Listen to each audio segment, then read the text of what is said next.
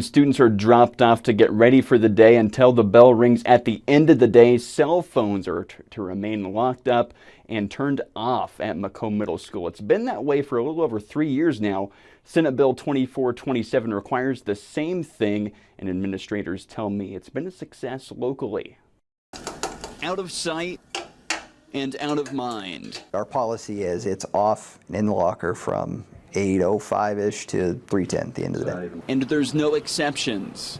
Not for study hall and not during lunch hour. We don't want to give false hope, so to speak, so. Macomb Middle School Vice Principal Brett Burton came from a district a few years ago where the school's cell phone policy was on a teacher-by-teacher basis, which he said created inconsistency for students. That's not fair to kids to have one expectation in one classroom and a different one in another. Senate Bill 2427, if passed, would create the same expectation for students statewide. Like at MMS, schools would be required to have a way to securely store cell phones, and they couldn't enforce the policy through fines or fees. Being distracted by the cell phone, wondering if somebody's trying to get a hold of you. Or Sixth grade social studies teacher Tony Weston says the technology that's on smartphones is the same technology that's accessible from a student's laptop. They don't come into the classroom and just get them out immediately.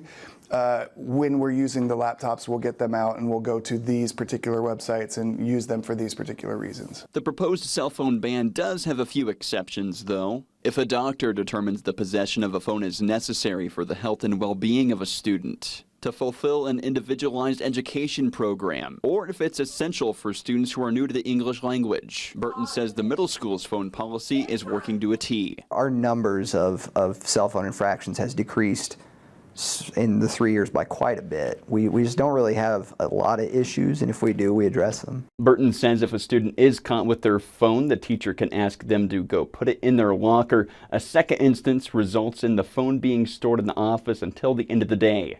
Daniel. All right, thanks, Dylan. Illinois wouldn't be the first state to pass a cell phone ban. Right now, at least 8 other states are already enforcing the policy.